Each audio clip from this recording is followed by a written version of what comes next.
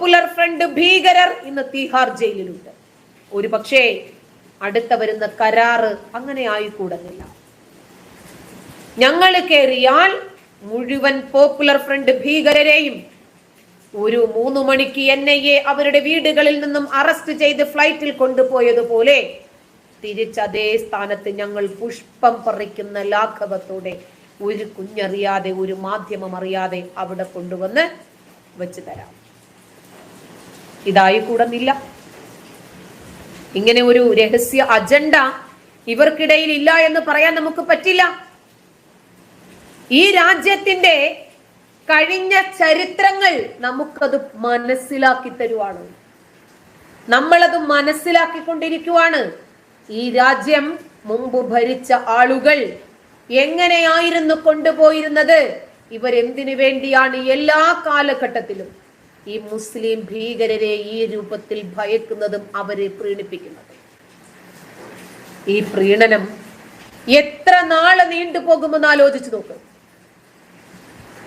അതായത് നമ്മുടെ നാട്ടില് ഒരു പക്ഷേ BJPക്ക് കിട്ടിയ ഭൂരിപക്ഷമുണ്ടല്ലോ, ഏതെങ്കിലും മുസ്ലിം വർഗീയ പാർട്ടികൾക്കാണ് ലഭിച്ചിരുന്നതെങ്കിൽ ഈ രാജ്യം എന്നേ ഒരു മാപ്പിള സ്ഥാനായി മാറുമായിരുന്നു, എന്നേ ഒരു മലദ്വാർ സ്ഥാനായി മാറുമായിരുന്നു.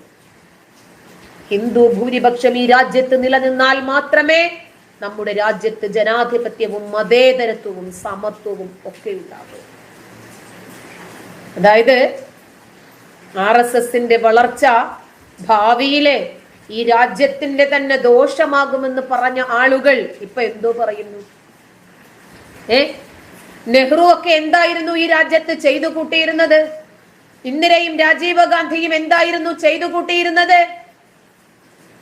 അവര് ചെയ്ത എല്ലാ ഫാസിസവും ശ്രദ്ധാപൂർവം അവരാരുടെ തലയിൽ കെട്ടിവെക്കണം എന്ന് അവർ തീരുമാനിച്ചു. RSS ഇവിടെ നിലനിൽക്കുന്നിടത്തോളം കാലം, BJP നിലനിൽക്കുന്നിടത്തോളം കാലം, നരേന്ദ്രമോദി രാജ്യം ഭരിക്കുന്നിടത്തോളം കാലം ഇവര് വിഭാവനം ചെയ്യുന്ന ഗസ്വായി ഹിന്ദ് ഉണ്ടല്ലോ. ഗസ്വായി ഹിന്ദ് നിങ്ങൾക്കറിയില്ലേ? പാകിസ്ഥാൻ എപ്പോഴാണോ ഇന്ത്യയെ ആക്രമിക്കുന്നത് ആ സമയത്ത് പാകിസ്ഥാനോടൊപ്പം ചേർന്ന് ഇന്ത്യയെ ആക്രമിച്ച് കീഴ്പ്പെടുത്തണം. പ്രവാചകൻ പഠിപ്പിച്ച ഹദീസാണത്. അവരാ വിചാരിക്കുന്നത് പോലെയുള്ള ഇസ്ലാമികവൽക്കരണം ഈ രാജ്യത്ത് നടക്കില്ല. അവർക്ക് അറിയാമത്. അതുകൊണ്ട് അവര് മനസ്സിലാക്കി. അതുകൊണ്ടാണ് ഒവൈസി പറഞ്ഞത് നരേന്ദ്രമോദി എന്നും ആ കസേരയിൽ ഇരിക്കുമെന്ന് നിങ്ങൾ വിചാരിക്കണ്ട, യോഗി ആദിത്യനാഥ് എന്നും ആ മുഖ്യമന്ത്രി കസേരയിൽ ഇരിക്കുമെന്ന് വിചാരിക്കണ്ട. അവര് രണ്ടുപേരും ആ കസേരയിൽ നിന്ന് ഇറങ്ങുന്ന ഒരു ദിവസം വരും, അന്ന് ഞങ്ങൾ ഈ രാജ്യത്തെ ഇസ്ലാമികവൽക്കരിക്കും. അപ്പൊ ആരാ ഇസ്ലാമികവൽക്കരിക്കാൻ തടസ്സം? ഈ രാജ്യത്തെ മതരാജ്യമാക്കി മാറ്റാൻ തടസ്സമാരാണ്?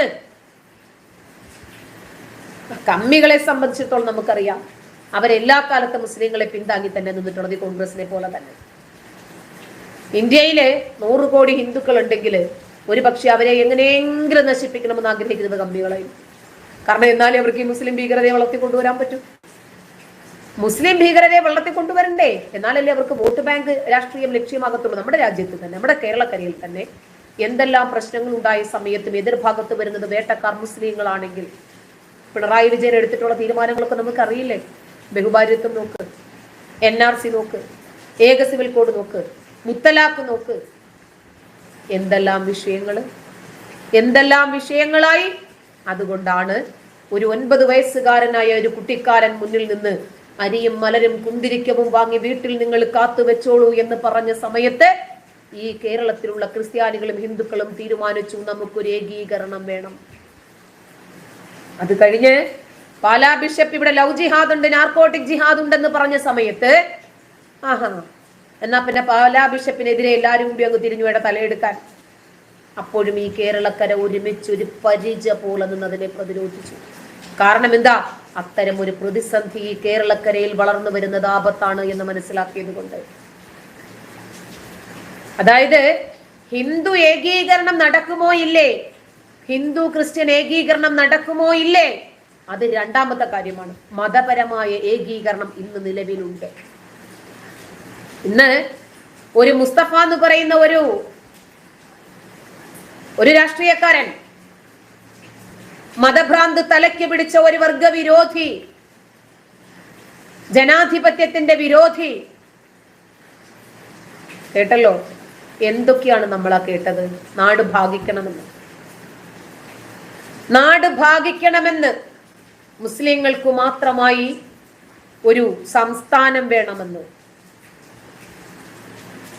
എങ്ങനെയുണ്ട്? അപ്പോ അതിനെ എതിർക്കാൻ നമ്മുടെ നാട്ടിൽ ഏതെങ്കിലും ഇടതനോ വലതനോ തയ്യാറായോ? എന്തേ അടുപ്പ് കുട്ടിയുള്ള ചാനൽ ചർച്ചകളിൽ ഇവരെ ആരെയും കാണാത്തത്? മനസ്സിലായോ? ഈ കോൺഗ്രസിനെ തല്ലിക്കെടുത്താൻ ശ്രമിച്ചത് ആരാണ് എന്നും, ഈ രാജ്യത്തിന്റെ ബഹുസ്വരതയെ തകർക്കാൻ ശ്രമിച്ചത് ആരാണെന്നും, 1975 ഇന്ദിര ഏർപ്പെടുത്തിയ ഫാസിസ്റ്റിന്റെ അടിയന്തരാവസ്ഥ ശക്തി പ്രാപിക്കാൻ കാരണം എന്താണെന്നും, എന്തുകൊണ്ടാണ് ഇപ്പോൾ നമ്മൾ ആ വിഷയത്തെക്കുറിച്ച് സംസാരിക്കേണ്ടുന്ന സാഹചര്യം ഉണ്ടായതെന്നും ചിന്തിച്ചാൽ മതി, നമുക്ക് കാര്യങ്ങൾ ബോധ്യപ്പെടും. അപ്പോ അടിയന്തരാവസ്ഥയെ സംബന്ധിച്ച് സംസാരിക്കുമ്പോൾ ഇന്ദിരാഗാന്ധി ഈ രാജ്യത്തെ തകർക്കാൻ ശ്രമിച്ച സാഹചര്യങ്ങളെ കുറിച്ച് നമ്മളൊന്ന് മനസ്സിലാക്കണം.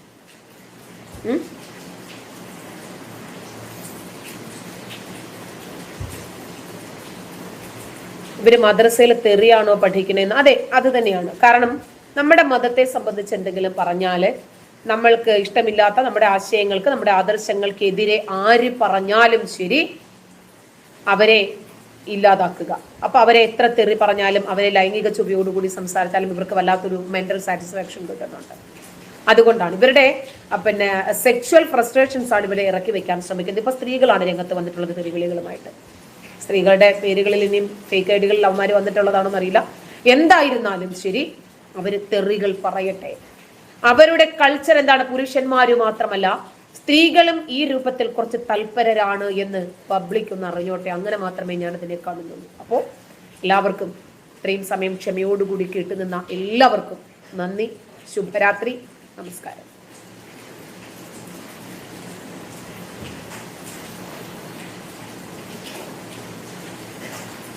സുഹറ ഷാൻ, നിന്നെ ലൈവിൽ കാണുന്നത് അറപ്പാണ്. നല്ലടി പെണ്ണെ, നിന്നെ ആരെങ്കിലും വടിയും കൊണ്ട് അടിച്ചുവിടേക്ക് വിളിച്ചോ? ഇറങ്ങി പോവച്ചേ. നിന്നെ ഒന്നും ഇവിടെ ആരും വിളിച്ചിട്ടില്ല. നിന്നെ പോലെയുള്ള കീടങ്ങളെ ഒന്നും ഇവിടെ ആവശ്യവുമില്ല. പൊയ്ക്കോ. ഓരോരുത്തർ ചീത്തയും വിളിച്ചോണ്ട് വന്നിട്ട് മുഹമ്മദ് ഖലീല്, എന്താടാ ഉമ്മായെ വിളിക്കണത് അങ്ങനെയാ? ശരിയെന്ന്. ഓക്കെ, നടക്കട്ടെ. ഓ പറ വരില്ലേ? ശരി. സുഹറ ഹൂറിയാകാൻ വേണ്ടിട്ട് പോയതാ. ഇതുപോലെയുള്ള കുറെ മണ്ടൻ കഴുതകളെ, മദ്രസ പൊട്ടത്തികളും പൊട്ടന്മാരും ഉള്ളത് കൊണ്ട് ഈ മതം ഇവിടെ തന്നെ നിലനിൽക്കുന്നുണ്ട്. ശരി, നടക്കട്ടെ. ചാറ്റ് തൽക്കാലം അങ്ങ് നിർത്തിക്കോ. ശരി, നന്ദി. ശുഭരാത്രി. നമസ്കാരം.